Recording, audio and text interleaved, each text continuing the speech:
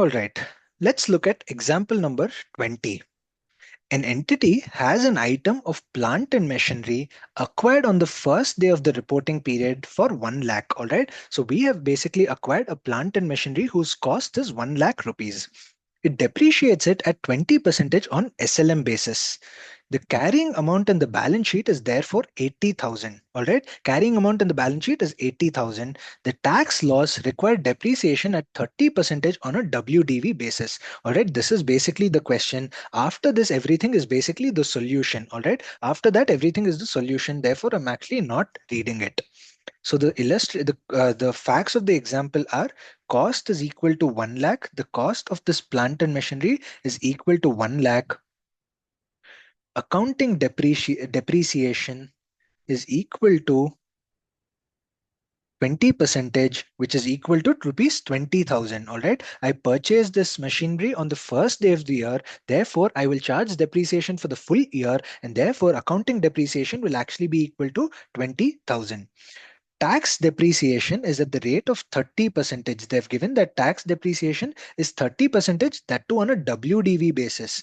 All right, but for the first year, cost is only my WDV. For the first year, whatever is the cost, that is my WDV. So I have a depreciation of 30,000 as per tax books of accounts. All right.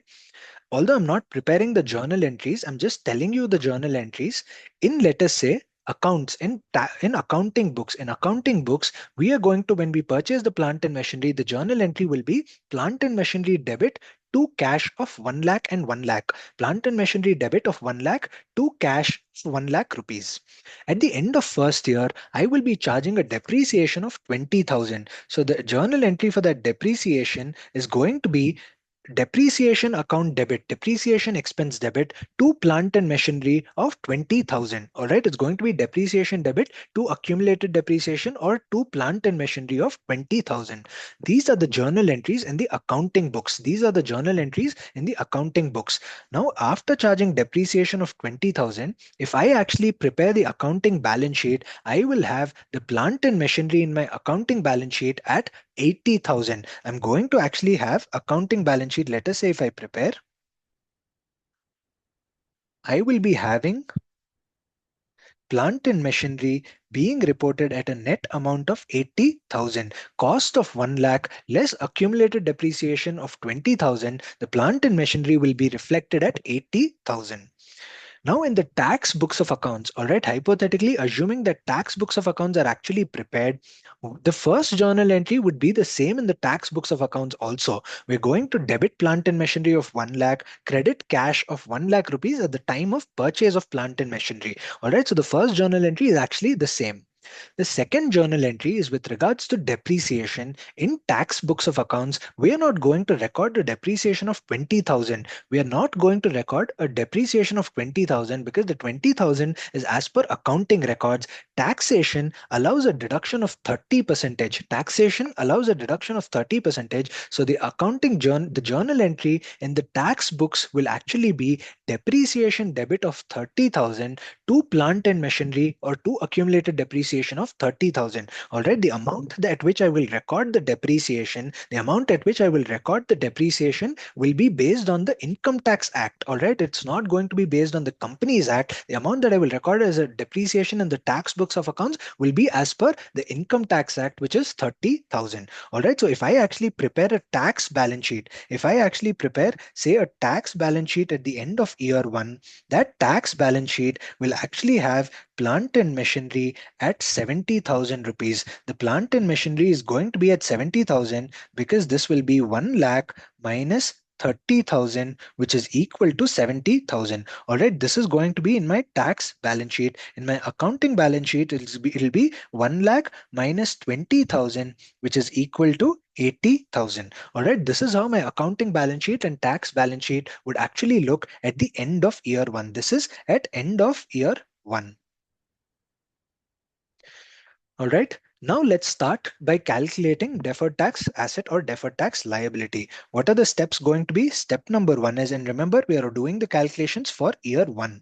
Step number one is calculating the carrying amount of plant and machinery.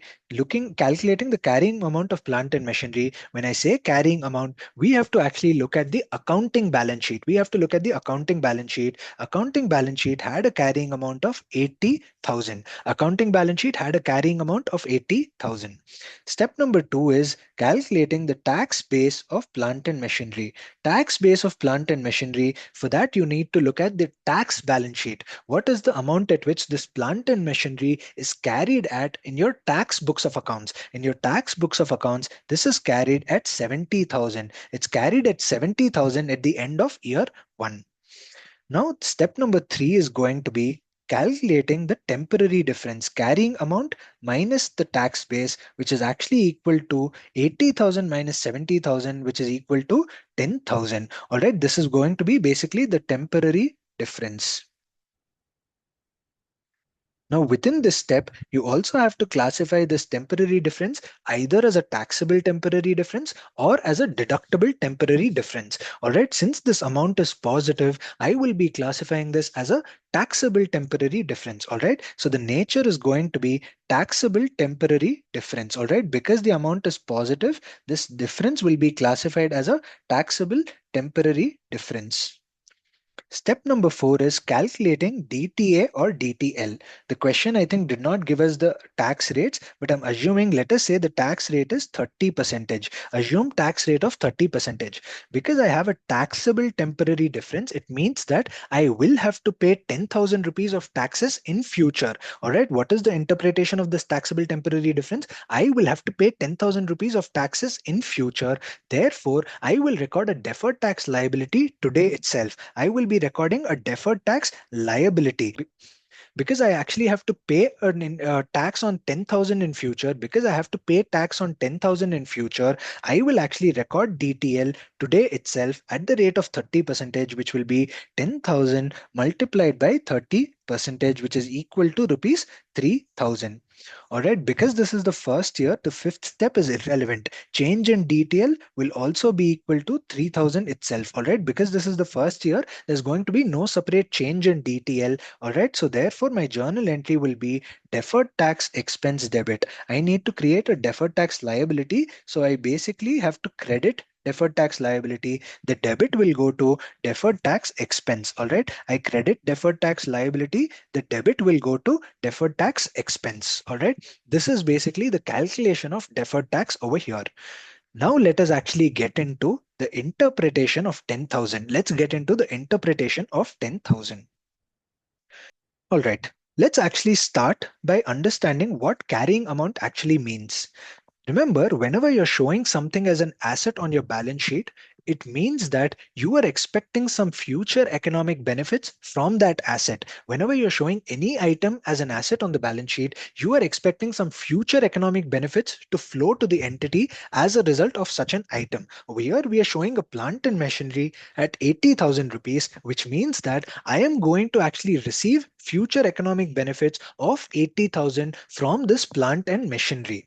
Now, how am I going to actually earn these future economic benefits? Let us say this plant and machinery is going to be used for the purpose of production of goods. Once the goods are produced, I will actually sell those goods in the market, and therefore I will probably receive 80,000 rupees worth of collections from my debtors. Once I sell those goods, I will obviously collect cash. Therefore, using this plant and machinery, I am going to generate cash of 80,000 in future. How am I going to generate cash? I will produce goods, sell those goods, and collect cash from the debtors. Therefore, this plant and machinery is going to result in future economic benefits that actually flow to the entity. It's going to result in future economic benefits that are going to flow to the entity. Now, if you think of it, when those economic benefits, let's say when I'm actually making sales in future and when I'm making sales of 80,000, those sales will actually be taxed in future, right? Obviously, using this plant and machinery, I am going to produce goods and I will actually sell goods worth 80,000. Those sales will actually be taxed in future. All right. So carrying amount of plant and machinery can actually be interpreted as the future economic benefits, which actually will be taxed in future. All right. These are the economic benefits which will be taxed in future.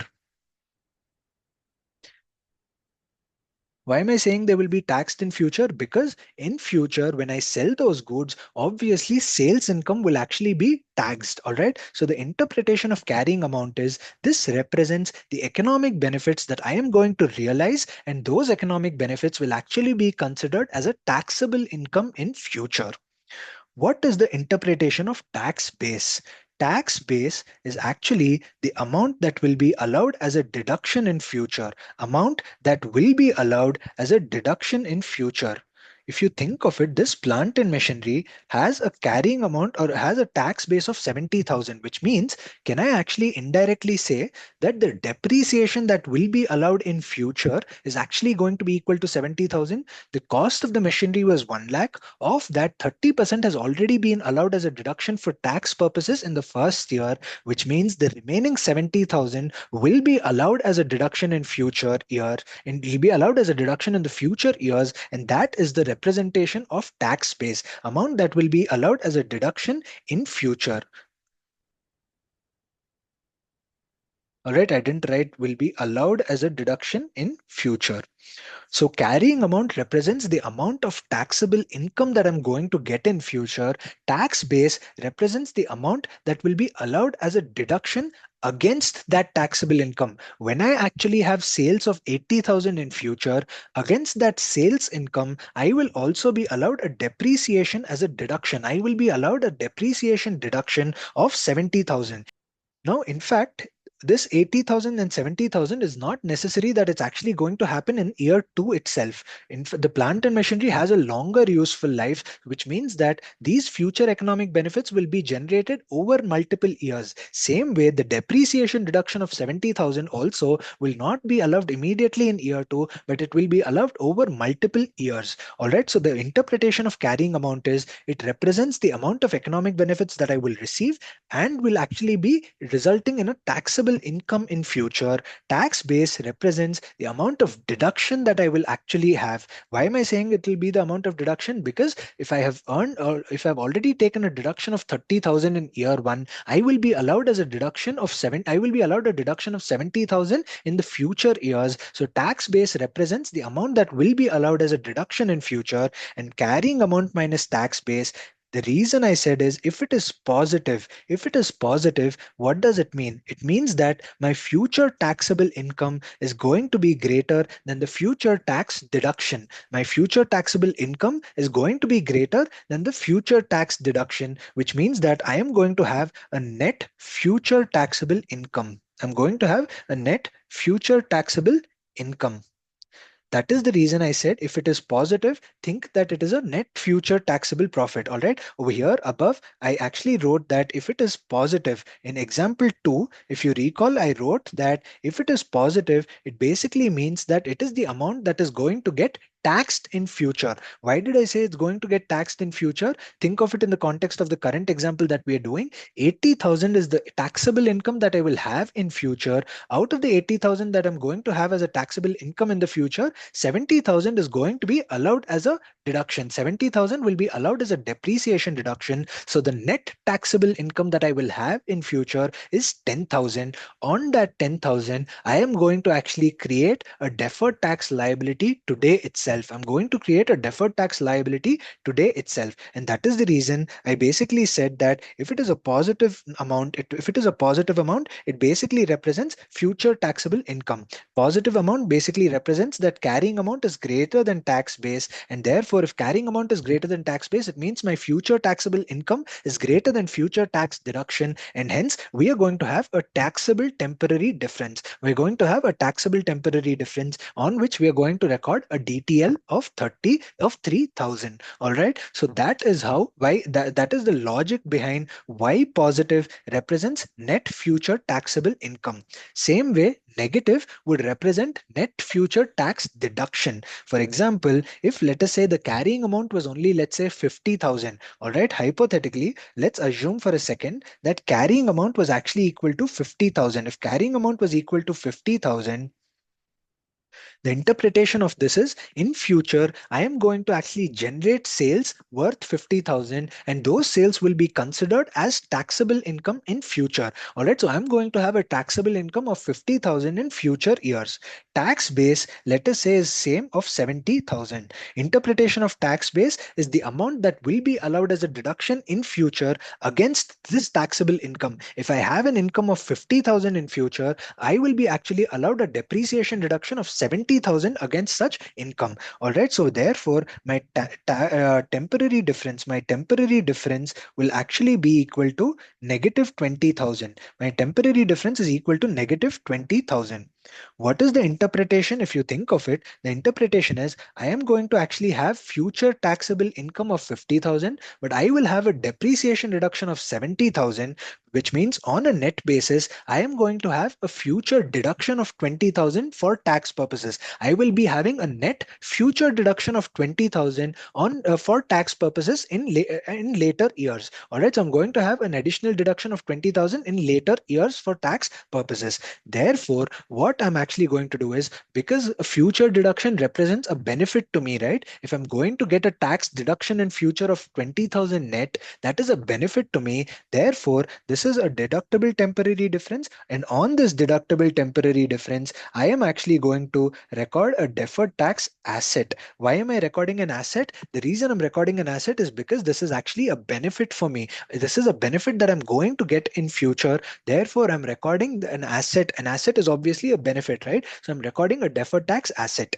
For taxable temporary difference, I have to basically pay taxes in future. All right, over here, I had to pay tax on 10,000 in future. 10,000 over here is basically future taxable profit on which I need to pay tax. Therefore, it's a liability for me, and hence I create a deferred tax liability. Whereas over here, this is a deductible temporary difference, which means that it's a benefit that I'm going to get in future. Therefore, I create a deferred tax asset on this. The deferred tax asset will be at 30 percentage, which will be equal to 6,000. It's going to be equal to 6,000, and the journal entry for that would be deferred tax asset debit of 6,000 and credit deferred tax benefit. All right, you can credit deferred tax benefit of 6,000. This deferred tax expense or deferred tax benefit is basically a P&L item. This is basically a P&L item, and this is a balance sheet item. All right, so this is how we actually calculate deferred tax asset where we have a negative temporary difference. All right, I've actually now given you the interpretation of temporary difference as well and why it is considered as taxable or deductible. All right, the carrying amount represents my future taxable profit. Tax base represents the amount that will be allowed as a deduction in future against that future taxable profits. And therefore, if it is a positive, it basically means I will have a future taxable income, and hence I will be considering it as a taxable temporary difference on which I will create a deferred tax liability. In fact, I actually don't want you to by heart that a positive means future taxable income and a negative means future tax deduction. Please do not by heart it. Every time you actually have a carrying amount minus tax base, interpret what the carrying amount means, interpret what the tax base means. You will automatically realize whether it is supposed to be a taxable temporary difference or a deductible temporary difference. All right. If the carrying amount is greater, it means that you're going to have additional taxable income in future. Over here, we are going to have an additional taxable income of 10,000 on which we are going to create a liability today itself. The liability is going to get created today itself. Alternatively, where we are actually having a temporary difference of negative 20,000, that means that in future my sales will be 50,000, but against those sales I will be allowed a tax deduction of 70,000. Therefore, I am going to have a net benefit of 20,000 for tax purposes in future, and hence I will actually create a deferred tax asset. All right. So with that, we are done with illustration number 20. All right. I've actually now shown you, told you what the logic is on how to determine whether the temporary difference is a taxable temporary difference or whether it is a deductible temporary difference.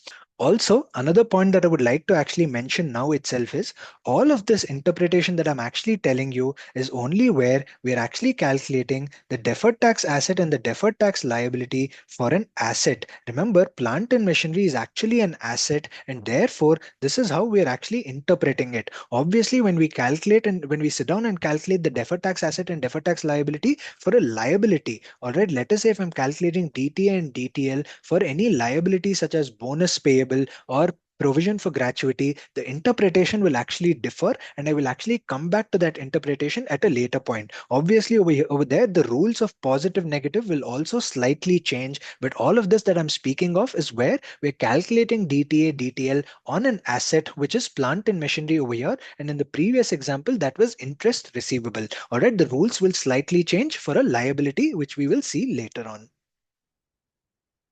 In fact, from now onwards, you will actually see that a lot of these examples, we are going to cover them very quickly once you know what the underlying logic is. All right, over here, let's read the solution for example 20. If you look at the solution for example 20, the question is saying that the tax base at the end of reporting period is 70,000. We also had the same 70,000 as tax base. The temporary difference is 10,000. 80,000 minus 70,000, which is 10,000.